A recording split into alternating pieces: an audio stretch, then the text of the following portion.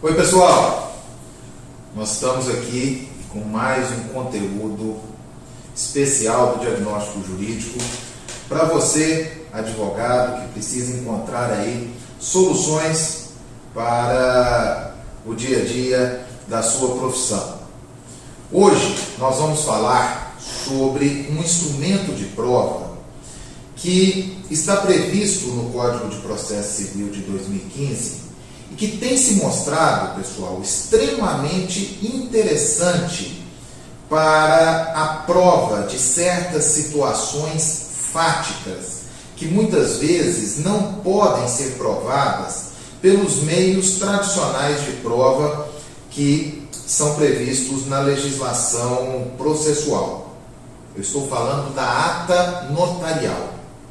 E apesar de ser um meio de prova muito simples e fácil de ser utilizado, muita gente desconhece e, consequentemente, desconhece também aí a importância da sua utilização dentro do processo civil. A ata notarial, ela está prevista no Código de Processo Civil atual, no seu artigo 384. Ele nos diz o seguinte: a existência e o modo de existir de algum fato podem ser atestados ou documentados a requerimento do interessado mediante ata lavrada por tabelião. O parágrafo único nos diz: dados representados por imagem ou som, gravados em arquivos eletrônicos, poderão constar da ata notarial. E aí muita gente pode pensar que a ata notarial é um instrumento de prova novo, algo que foi criado pelo legislador do Código de Processo Civil de 2015. Na verdade, não. A ata notarial ela está prevista na nossa legislação desde 1994, através da Lei 8.935. E já vinha sendo utilizada, desde essa época, para a prova de uma série de fatos. Por exemplo, era muito comum a utilização da ata notarial para provar a data da separação de fato de certos casais, quando eles pleiteavam o divórcio direto, a época em que era necessário comprovar aquele transcurso de prazo de 2 anos de separação de fato, para que o casal que queria se divorciar pudesse pleitear o divórcio diretamente, sem a necessidade de uma sentença prévia de separação judicial, que bem lá no passado era conhecida como desquite. Então, o casal comparecia perante um tabelião de notas, obviamente, e ali declarava a ele desde quando eles encontravam-se separados de fato, e o advogado posteriormente utilizava aquela escritura pública no pedido de divórcio consensual direto para provar que o casal encontrava-se separado de fato há pelo menos 2 anos. E diversos outros fatos podiam ser provados através da ata notarial. Mas ela era um instrumento que não era conhecido pela maioria dos advogados. Com o Código de Processo Civil de 2015 prevendo a ata notarial como um dos meios de prova, através, ao lado, por exemplo, da confissão, do depoimento pessoal, da prova testemunhal e da própria prova documental. A ata notarial não deixa de ser um meio de prova documental, porque a escritura pública é documento, mas com isso, então, a ata notarial ganhou visibilidade. E hoje ela vem sendo utilizada com uma frequência muito maior aí dentro do processo civil. Que tipo de fatos podem ser provados aí por meio de ata notarial? Na verdade, qualquer tipo de fato. Tá? A convicção a respeito dos fatos, ela é do próprio tabelião. Então, o tabelião, ele coloca na ata aquilo que lhe é narrado ou aquilo que ele está vendo, aquilo com o qual ele está tomando contato. Então, nós podemos, por exemplo, utilizar a ata notarial para constar ali o depoimento de uma pessoa que seja especializada sobre determinado assunto, evitando com isso, talvez, a necessidade da produção de uma prova pericial. Eu posso também fazer constar numa ata notarial o conteúdo de determinado programa de rádio ou de televisão, inclusive transmissões ao vivo, desde que, obviamente, o tabelião tenha acesso a esse tipo de transmissão. Eu posso utilizar a ata notarial para comprovar certos conteúdos que são disponibilizados momentaneamente na internet e que depois podem ser tirados do ar por aqueles que postaram esse conteúdo. Eu posso utilizar a ata notarial para comprovar estado de fato acerca de bens, acerca de objetos. Por exemplo, se um imóvel encontra-se abandonado ou não, se um imóvel encontra-se ocupado e desde quando ele encontra-se ocupado, como meio de prova, então, em ações possessórias ou em ações de uso capião. São diversos os fatos que podem ser provados por meio da ata notarial. Ela substitui muitas vezes, como eu disse, o procedimento de produção antecipada de provas, mas é muito bom lembrar que não se trata de prova judicial, como ocorre com a perícia, por exemplo. Trata-se, nesse caso, de prova unilateral. Mas uma prova unilateral que tem um valor qualificado. E por que o valor da ata notarial é qualificado?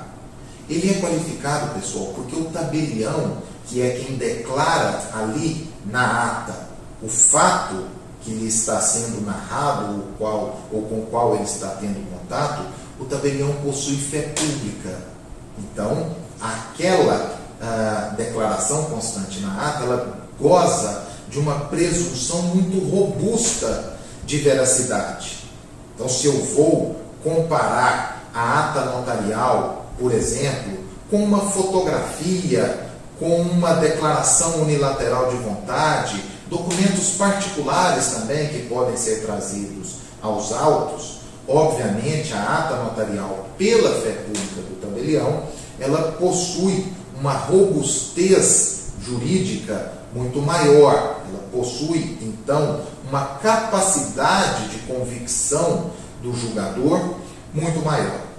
E é muito fácil você obter uma ata notarial para você utilizar em determinado processo. Você pode levar o fato ao tabelião ou você pode levar o tabelião ao fato. Certo? Então, eu vou aqui narrar alguns casos reais com os quais eu já trabalhei na advocacia para ilustrar para vocês como a ata notarial pode ser utilizada como instrumento de prova. Algum tempo atrás, eu estava aqui no meu escritório com um grave problema em uma ação de reintegração de posse. Nós não conseguíamos citar a parte requerida para o comparecimento à audiência de justificação prévia que fora marcada pelo magistrado. Então, o magistrado não nos concedeu a liminar de reintegração de posse inaudita altera pars e optou pela realização de uma audiência de justificação prévia, na qual, então, as partes envolvidas deveriam ser ouvidas, para que só então ele deliberasse sobre o deferimento ou não da medida liminar. A parte requerida tomou conhecimento da propositura da demanda e então ela estava se esquivando do recebimento da citação para o comparecimento à audiência de justificação. O oficial de justiça esteve por várias vezes no imóvel, objeto do pedido de reintegração, e não conseguia promover a citação. 2, 3 audiências foram marcadas e a gente não conseguia realizar. O que nós fizemos então?